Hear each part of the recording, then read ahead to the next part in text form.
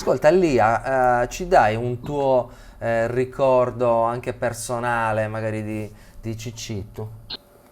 Intanto, se mi permetti, vorrei fare un ringraziamento anche a te per questo lavoro che stai facendo di tenere sempre viva questa memoria, intanto con quel bellissimo documentario che hai realizzato e poi anche, voglio dire, organizzare questa giornata che credo non sia stato per niente facile.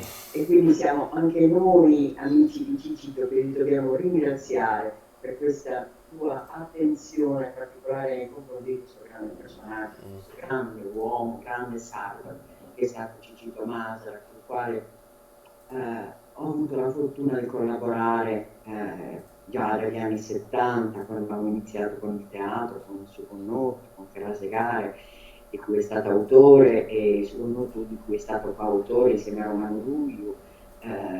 Insomma, un personaggio che è stato per noi necessario, importante non solo per noi, per il teatro, perché quegli anni erano anni particolari, erano gli anni in cui si iniziava a fare teatro, nel teatro dell'impegno, l'impegno sociale, comunque teatro politico, politico nel senso vero e grande di questa parola.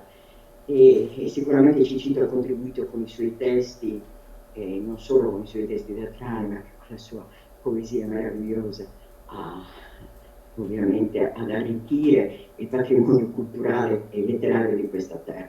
Anche per Ciccitu Masala il teatro fu proprio una folgorazione perché intuì e vide anche quel tipo di risposta e quindi poteva essere un ulteriore mezzo per portare quei temi al pubblico.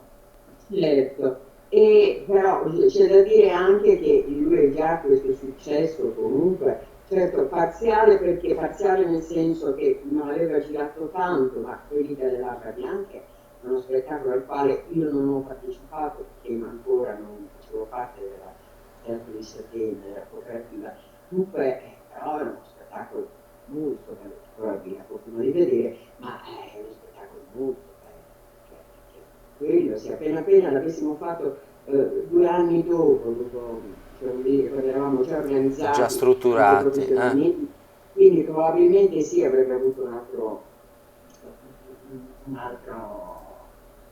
altra destinazione, insomma. Mhm. Anche quelli della Radiante sicuramente avrebbero avuto un successo di e un altro bel successo è stato anche Carasegara. Casa Gara. Beh, forse il più, come dire, forse il più moderno, ovvero magari dei tre, quello proprio...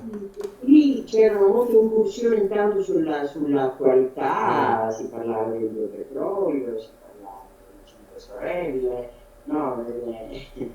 Sì, sì, e lì era proprio politico, politico, teatro politico. Allora, Lia, io ti ringrazio, ti saluto, ci sentiamo presto, grazie.